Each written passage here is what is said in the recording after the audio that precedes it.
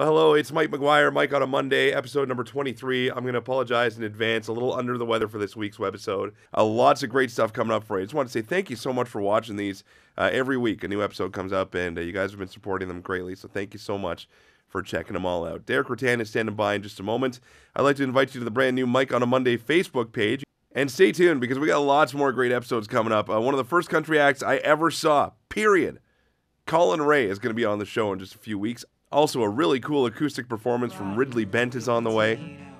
My old buddy and troublemaker, Jason McCoy. And in just a couple weeks, behind the scenes, a one-of-a-kind, you'll never see anything like this mini documentary taking you backstage, a day in the life of a tour with Emerson Drive. First, though, pleased to welcome our guest this week, the one and only Deric Ruttan. How are you, sir? I'm good, Mike. How are you, my friend? Terrible. I'm not going to lie. Well, I appreciate your honesty. It is great to be talking to you, though, my friend. Congratulations, first and foremost, on the big nomination. Thanks, man. I really appreciate it, dude. It was a wonderful thing to get this nomination, and for Best Country Album, too, you know, and anyone who knows me knows how important the music is to me and what I do, and also this is the first album that I've actually self-produced 100% by myself, so that's kind of cool too, to get a nomination for an album that I made, not only as an artist but as a songwriter and producer. That's got to be huge to you. I mean, you're a guy who songwriting resume is equally, if not maybe even more impressive than your personal resume, because you've written for virtually everybody. You know everybody down in Nashville. How long have you been writing songs for people? I have been writing, I got my first cut when I was still in Canada. Actually, a little known biographical fact, a fellow named Greg Hanna, who you may know. Yes, sir.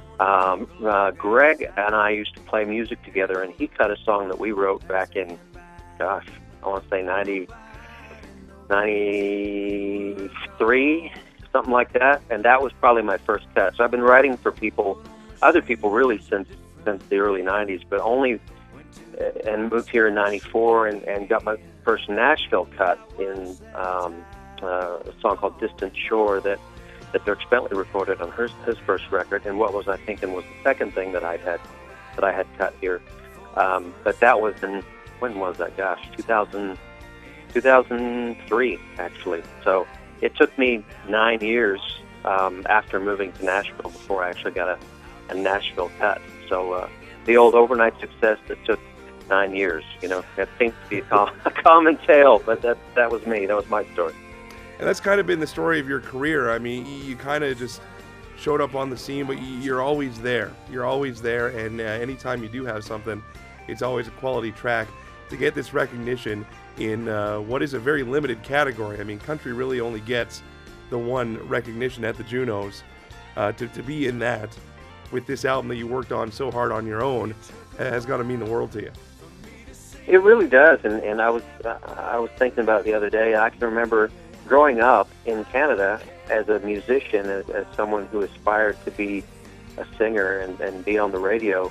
I watched the Junos every year, and I remember little bits of speeches. You know, I remember Kim Mitchell winning one year and saying that he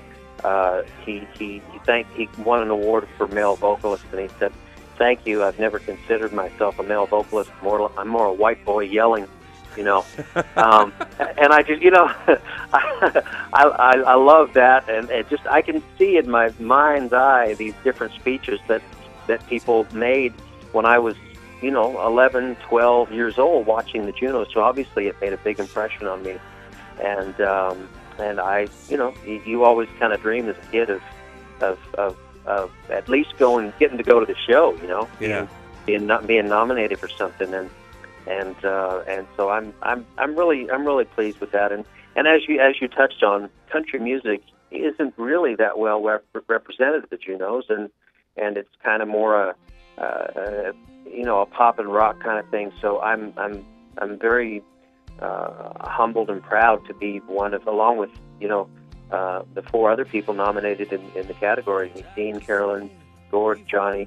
All five of us, I know, are going to be really humbled and proud to be there and representing country music and waving the flag, so to speak, for country music that night.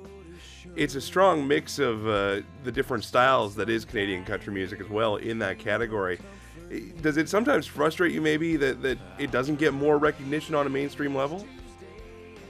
Well, not really, just because I kind of go along doing what I do. You know, I don't pay too much attention to pop culture and sort of what's sort of going on around us. I know that makes me sound like a recluse and a hermit, and on one level that's true. I just kind of hole up with my my Timmies and write my songs. But no, I just I kind of just keep my head down and try and make good music and write songs that matter to people and then when I get to sing them on a stage and have people hear them, or when I hear them on the radio, I'm thankful for that platform that affords me. So it's always kind of it's about the song and it's about the records that we make and as long as I feel like I'm making good music and you guys are playing it and fans are appreciating it and liking it, then that's all I care about. His name is Deric Ruttan. He is the 5th and final nominee for the Country Album of the Year at this year's Juno Awards. Before we let you go, Deric, a little well-known fact about you is that you are a coffee fanatic. And I'm guessing that when you come to the Junos, you might not only be saving room in your suitcase for a potential trophy, but I'm going to have at least enough space for 2 cans of Timmy's, the big cans, mind you, that big glorious red can. I'm down to. I've only got about 6 in my pantry now. I'm down from a dozen that I had just maybe a month ago. So yeah, man, I'm bringing 2 suitcases. And if I don't get the trophy, they're all going to be full of Timmy's. It's a sign of someone who loves their coffee when he says, "I only have 6 huge cans left."